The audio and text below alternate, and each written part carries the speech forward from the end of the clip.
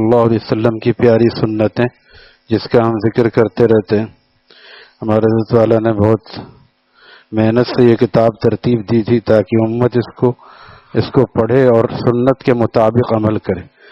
اس میں عام سنتیں ہیں جو روز مرہ کی ہیں. ساری سنتیں ہوں ایسا مشکل ہے اتنی چھوٹی کتاب میں، اس لیے ساری سنتیں نہیں ہیں، لیکن عام سنتیں جو روزانہ کی ہیں وہ ہیں.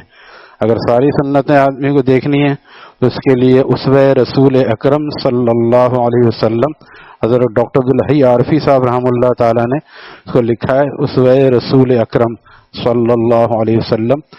اور اس کے علاوہ علیکم بسنتی بھی اس سے بڑی ہے، اور اس کے علاوہ اور بھی کتابیں موجود ہیں جس کو شمائل ترمذی وغیرہ، جس میں نبی علیہ السلام کی تقریباً تمام سنتیں مل جائیں گی.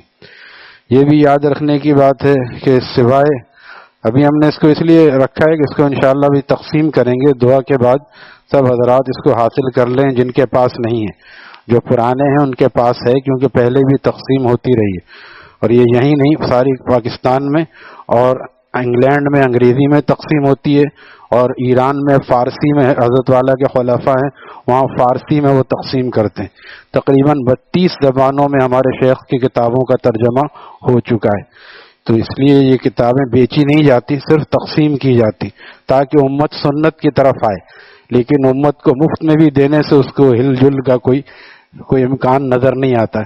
لیکن پھر بھی اس لیے ہم کرتے ہیں کہ بقول اقبال کے کہ نہیں ہے نا امید اقبال اپنی کشت ویراں سے، ذرا نم ہو تو یہ مٹی بڑی زرخیز ہے ساقی.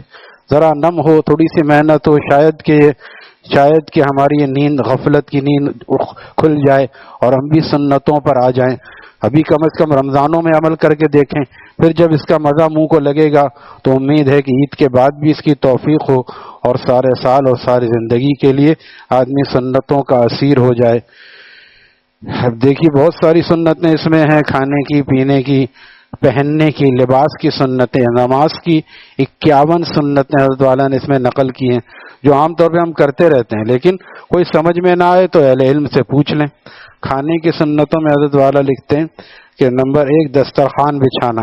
آج کل ہم لوگ کوئی زمین پہ بیٹھ جاتا ہے، کوئی ٹیبل پہ بیٹھتا ہے. ٹیبل کرسی پہ بلا وجہ کھانا کھانا سنت کے خلاف ہے.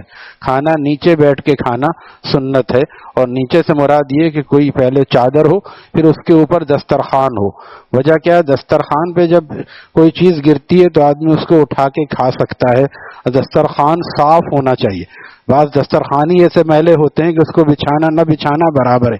دسترخوان کو ہمیشہ صاف رکھے، اور چمڑے کا یا پلاسٹک کا ہو تو اس کو صاف کرنا آسان ہوتا ہے. چنانچہ حضرت انس رضی اللہ تعالیٰ کی خدمت میں بعض صحابہ تابعین تھے، انہوں نے دسترخوان بچھایا اور اس کے بعد اس کو اپنی جلتی ہوئی بھٹی میں ڈال دیا. صحابہ کے گھروں میں بھٹی ہوتی تھی، جیسے آج بھی پشاور وغیرہ میں بہت سے گھروں میں بھٹی ہوتی ہے. تو حضرت انس نے دسترخوان اٹھا کے بھٹی میں ڈال دیا.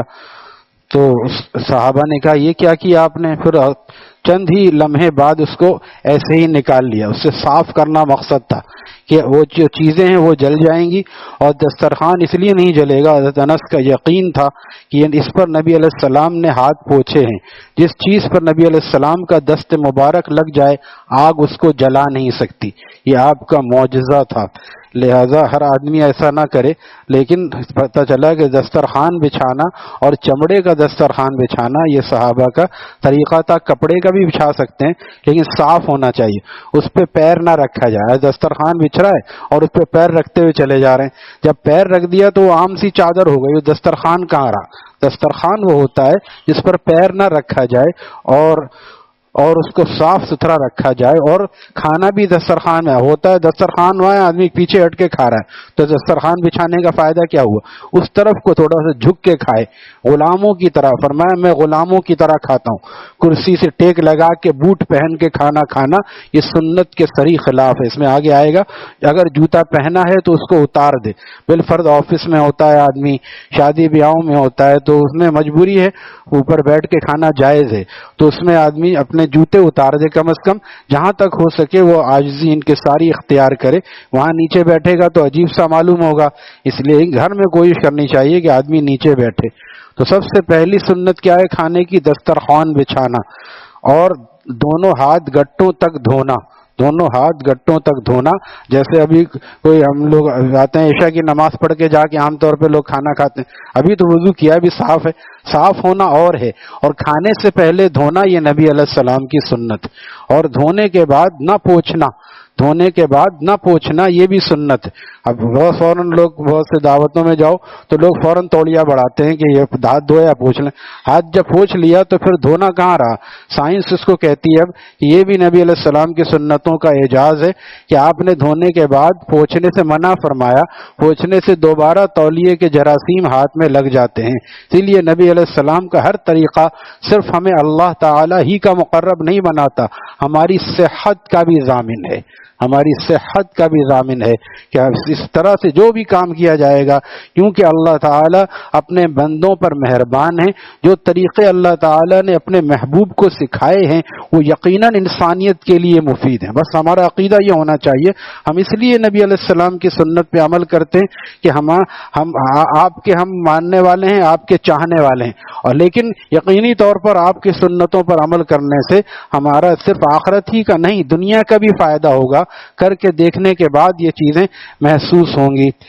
اب دیکھیے عام طور پہ شلوار قمیض ڈھیلا ڈھالا لباس پہننا سنت ہے. ہم نہیں کہہ رہے شلوار قمیض یا جبہ، یہ بھی سنت کہنا مشکل ہے. ڈھیلا ڈھالا لباس، آپ علیہ السلام تہبند باندھتے تھے، اوپر اکثر ایک چادر ہوتی تھی، اور بعض دفعہ آپ نے کرتا بھی زیب تن فرمایا ہے اور اس کو پسند بھی فرمایا. شلوار پاجامے کو دیکھ کے آپ نے پسند فرمایا. اسی لیے پاجامہ یا شلوار پہننا، شلوار میں زیادہ سطر ہے، اس کو سنت کہہ سکتے ہیں. جس چیز کو نبی دیکھ کے پسند کر لے اور انکار نہ کرے، جس چیز سے انکار کر دے وہ ناجائز ہو جاتی ہے. جیسے سونے کی انگوٹھی آپ نے پہنے ہوئے دیکھا ایک صحابی کو، آپ نے اس کو اتار کے پھینک دی، دور پھینک دی. وجہ کیا ہے کہ آپ جانتے تھے میرے صحابہ مجھ سے محبت کرتے ہیں. یہ نہیں کہ آپ نے آپ دے دیتے مجھے، اتار کے پھینک دی. اور فرمایا سونا مرد کے لیے اس کا استعمال ناجائز ہے. ہمارے دوست کہتے ہیں سونا مرد کے لیے ناجائز ہے. سونے سے مراد یہ والا سونا نہیں ہے، بلکہ سونے کا پہننا، گولڈ جو ہے یہ مرد کے لیے اس کا استعمال ناجائز ہے. چاہے منگیتر کی دی ہوئی انگوٹھی ہو. کہتے ہیں منگیتر نے انگوٹھی دی ہے تو منگیتر کی انگیٹھی کی طرح ہے کہ ہمیں آگ میں لے جائے گی، لہذا یہ انگوٹھی پہننا جائز نہیں. اسی کو دے دیں، اس کے لیے رکھ لیں، جب شادی ہو جائے پھر اس کو دے دیں. کہ سونا تو مرد کے لیے ناجائز ہے. اور چاندی بھی 4.5 ماشا سے زیادہ، اس کی بھی ایک مقدار بتا دی. 4.5 ماشا سے زیادہ چاندی پہننا بھی مرد کے لیے جائز نہیں ہے. اور دوسری دھات کی انگوٹھی پہننا بالکل فضول ہے. لہذا انگوٹھی پہننا جو ہے یہ کوئی نبی علیہ السلام اس لیے پہنتے تھے جب آپ کو صحابہ نے بتایا، کیونکہ آپ تو ظاہر سی بات ہے آپ کا تعلق تو اللہ تعالیٰ کے ساتھ ہوتا تھا، لیکن صحابہ دنیا میں سفر کرتے تھے. لہذا صحابہ نے بتایا آپ جو خطوط لکھ رہے ہیں، ہدایت کے لیے آپ خطوط لکھتے تھے دوسرے بادشاہوں کو، تو یہ دوسرے بادشاہ جو ہیں جب تک اس پہ مہر نہ لگی ہو خط کو دیکھتے نہیں. جیسے لیٹر ہیڈ پہ اگر نہ آئے تو اس کو عام طور پر کوئی بڑا آدمی اس کو دیکھتا نہیں، کیسی کمپنی کے عام کاغذ پہ اس نے بھیجا ہے. تو لیٹر ہیڈ کی طرح اس زمانے میں مہر لگائی جاتی تھی، تو آپ کے لیے پھر مہر بنوائی گئی. اس میں لکھا تھا محمد الرسول اللہ صلی اللہ علیہ وسلم. دونوں طریقے منقول ہیں کہ اس میں اوپر محمد تھا اور اس کے بعد رسول تھا، پھر اللہ تھا. بعض میں یہ ہے کہ اللہ کا لفظ اوپر تھا اور محمد الرسول اللہ اس طرح نیچے سے اوپر کی طرف لکھا ہوا تھا، اس کا نقشہ بھی بعض جگہ چھپا ہوا ہے. تو یہ انگوٹھی آپ کے لیے صحابہ نے بنائی. پھر جب آپ خط لکھتے تھے تو اس پر آپ وہ انگوٹھی کو اس سے مہر لگاتے تھے. تو یہ آپ کی انگوٹھی پہننے کا مقصد تھا. یہ نہیں کہ آپ انگوٹھی بہت ساری انگوٹھیاں لوگ پہنتے ہیں اور بعضوں کے عقیدے بھی یہ ہوتے ہیں فلاں پتھر پہننے سے فلاں کام ہو جائے گا یا قسمت جاگ جائے گی. جو بیچارہ ڈبے میں بیچ رہا ہے اس کی قیمت تو نہیں جاگی، اس کی قسمت وہیں سوئی ہوئی ہے کہ وہ ڈبہ لے کے ابھی تک پھر رہا ہے اور وہ کہتا ہے یہ فیروزہ پہن لینے سے تمہاری قسمت بدل جائے گی. یہ سب بیکار باتیں ہیں. مسلمان کا عقیدہ پتھر سے نہیں ہوتا، مسلمان کا عقیدہ اللہ سے ہوتا ہے. لہذا ایسا عقیدہ رکھنا تو گمراہی ہے، اور بلا وجہ پہننا بھی۔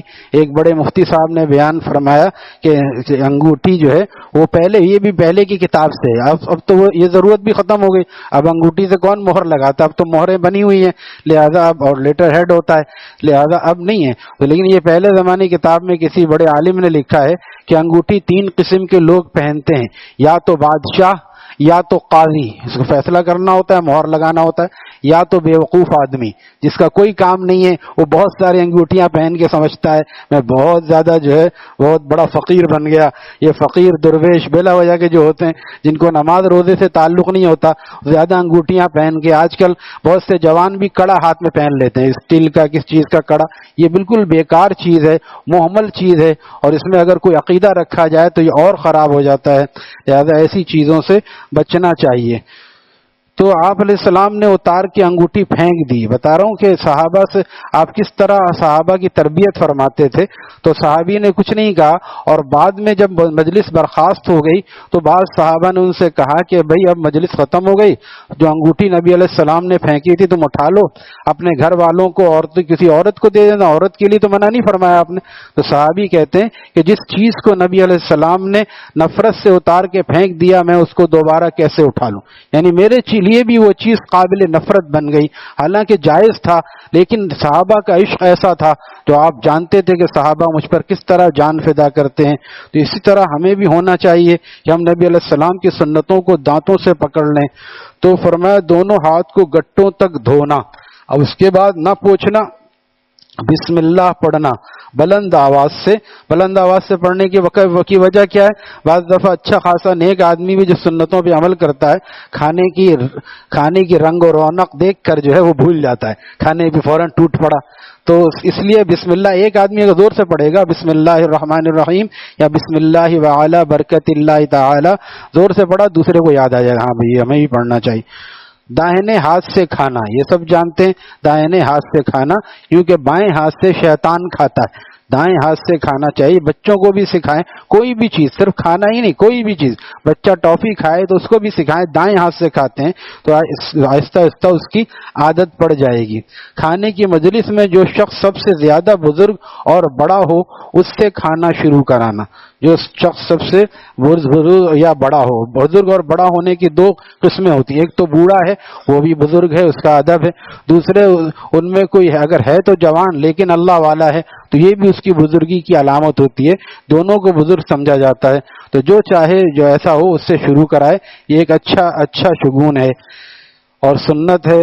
کھانا ایک قسم کا ہو تو اپنے سامنے سے کھانا، ایک قسم کا ہو تو اپنے سامنے سے کھانا، اگر کوئی لقمہ گر جائے تو اٹھا کر صاف کر کے کھا لینا، یہی وجہ ہے دسترخوان بچھانے سے لقمہ گرتا ہے، بعض دفعہ پلیٹ کے کنارے سے چاول گرتا ہے، کوئی چیز دسترخوان پہ گری اس کو اٹھا کے کھا لیا، یہ نبی علیہ السلام کی سنت ہے۔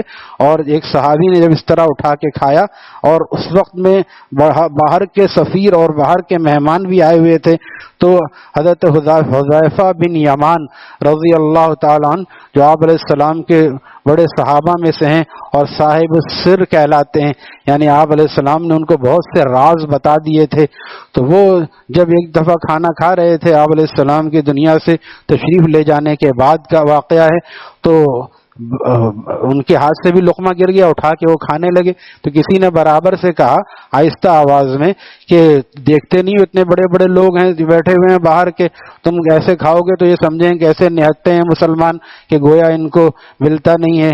انہوں نے شیخ الاسلام فرماتے ہیں انہوں نے تو آہستہ سے کہا تھا، حضرت حذیفہ بن یمان رضی اللہ تعالیٰ سے بلند آواز سے فرمایا کہ اترک سنت رسول اللہ صلی اللہ علیہ وسلم لہؤلاء الحمقاء، کیا میں اپنے نبی علیہ السلام کی سنت کو چھوڑ دوں ان احمقوں کی وجہ سے؟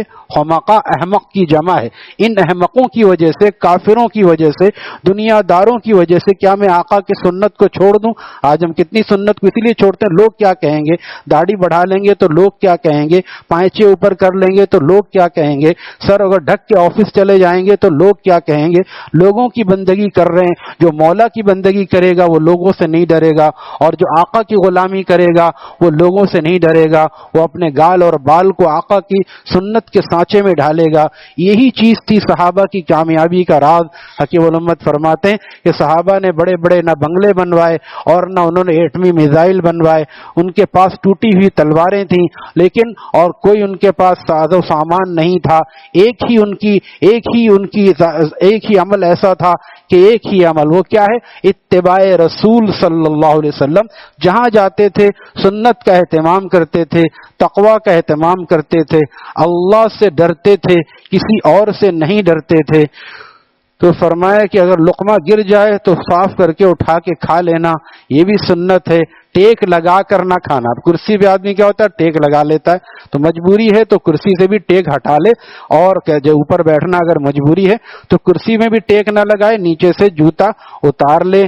کھانے میں کوئی عیب نہ نکالنا کہ یہ کم ہے وہ کم ہے، کہ بعد میں اہلیہ کو یا بیٹی کو الگ سے بتا دے کہ آج ذرا نمک تیز ہو گیا تھا، ذرا اس کا خیال رکھو، تو وہ بات الگ ہے. کھانے میں عیب نہ نکالنا، جوتا اتار کر کھانا، یہ بھی نبی علیہ السلام کی سنت ہے. نیچے بیٹھ کر کھانا اور جس میں آسانی ہو. یہ ایک جیسے تحیات میں بیٹھتے ہیں ایسے بھی سنت لکھا ہے بعضوں نے، اکڑو بیٹھنا بھی سنت ہے.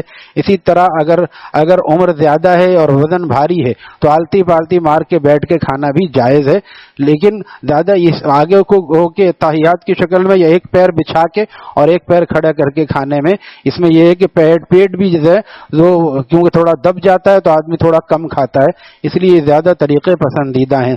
کھانے کے برتن اور پیالے کو صاف کر لینا، پھر اس کے لیے برتن دعائے مغفرت کرتا ہے. اب دیکھیے ہمارے ہاں کتنا ضائع ہوتا ہے، چھوڑ دیا جاتا ہے. لیتے ہیں زیادہ اور چھوڑ دیا جاتا ہے، خاص کر دعوتوں میں ہوس سے زیادہ لے لیا، اب چھوڑ دیا. اب کون کھائے گا؟ وہ کھانا ادھر ادھر پھینکائے گا. لہذا یہ کھانے کا رزق کا ضیاع ہے، اللہ تعالیٰ کو بہت ناپسند ہے. اسی طرح کھانے کے بعد انگلیوں کو چاٹ لینا، اس میں بھی لوگ محسوس کرتے ہیں عجیب سی بات ہے انگلیوں کو چاٹنا، اس میں شفا ہے. انگلیوں کو چاٹ لے، انگلیوں میں چاول یا جو بھی ذرات لگے رہ جائیں اس کو پہلے چاٹ لے، پھر اس کے بعد جا کے ہاتھ دھوئے. کھانے کے بعد کی دعا پڑھنا، الحمدللہ الذی اطعمنا وسقانا وجعلنا، وجعلنا نہیں وجعلنا، وجعلنا اور وجعلنا کے ترجمے میں فرق ہے، اس لیے لام پہ زبر ہے، اس کو دیکھ لیں. وجعلنا مسلمین، یہ سب تعریفیں اللہ کے لیے ہیں جس نے ہمیں کھلایا اور پلایا اور مسلمان بنایا. کھاتے پیتے تو ہاتھی گھوڑے بھی ہیں اور ڈائناسور بھی کھاتا ہے، جتنے بڑے بڑے جانور ہیں زیادہ کھاتے ہیں، لیکن انسان کم کھانے کے باوجود اشرف المخلوقات ہے. اس لیے یا اللہ آپ کا فضل ہے کہ آپ نے کھلایا پلایا. 6 ارب تقریباً کافر ہیں، وہ بھی کھا رہے ہیں، لیکن وہ نافرمان ہو کے کھا رہے ہیں، آپ نے ہمیں مسلمان بنا کے کھلایا، یہ آپ کا خاص فضل ہے. اس لیے وجعلنا مسلمین، آپ نے ہمیں مسلمان بنایا، یہ آپ کا فضل ہے. اب کھانا کھا لیا، دعا پڑھ لی. ہمارے حضرت فرماتے تھے کہ اکثر جو پیٹ خراب ہوتا ہے دعا نہ پڑھنے کی وجہ سے ہوتا ہے. دعا پڑھ لی تو اللہ کا شکر ادا کر دیا، جب شکر ادا کر دیا تو رزق اپنا صحیح کام کرتا ہے، ورنہ دعا بڑے بغیر اٹھ گئے، ڈکار لے لی اور اٹھ کے جا کے ہاتھ دھو لیا. تو دعا پڑھ کے پھر آدمی اس کے بعد ہاتھ دھوئے. لہذا یہ سنتوں کا اگر ہم اس کا ایک طریقہ یہ بھی ہے کہ آج کل بہت آسان ہے، کمپیوٹر سے کمپوز کر لیا جاتا ہے اس کو، اور جہاں کھانا کھانے کا معمول ہے وہاں پہ اس کو لگا دیا جائے. جہاں پانی پینے کا ڈسپینسر رکھا ہے، آج کل مٹکے ختم ہو گئے، ڈسپینسر آ گیا. پہلے ڈسپینسر سے جا کے دوا لیتے تھے، اب ڈسپینسر سے پانی پیتے ہیں. وہی والی بات ہے، حالات تبدیل ہو گئے. اب ڈسپینسر سے کے سامنے کہیں لگا دے پانی پینے کی سنتیں، ایسا کیا ہے لوگوں نے. اس سے کیا، جب آدمی پانی پیے گا نظر پڑے گی، بیٹھ کے پینا، دیکھ کے پینا، 3 سانس میں پینا. جب بار بار دیکھے گا تو عادت ہو جائے گی. کھانے کی سنت بھی جب بار بار آدمی دیکھے گا تو عادت ہو جائے گی. یہ آسان طریقہ، اس میں دعائیں بھی لکھی ہوں گی، دیکھ کے آدمی روز دعا پڑھ لے تو 1 مہینے میں لا محالہ جب آدمی 3 مرتبہ کھانا کھاتا ہے 2 مرتبہ بھی پڑھے گا تو 60 مرتبہ پڑھے گا، یقینی طور پہ یاد ہو جائے گی. یہ اس کا آسان طریقہ ہے، اور یہ کتاب آپ کو ہدیہ دی جا رہی ہے، اور اس کو آپ آگے بھی بڑھا سکتے ہیں، اور چاہیں اور لے لیں. یہ اتنی تعداد میں چھپتی ہے کہ ہزاروں کی تعداد میں ہر مہینے یہ چھپتی ہے اور آگے اس کو تقسیم کیا جاتا ہے. اللہ تعالیٰ ہمیں سنتوں کا اہتمام نصیب فرمائے. دعا کے بعد کتاب حاصل کر لیں. الحمدللہ رب العالمین والصلاة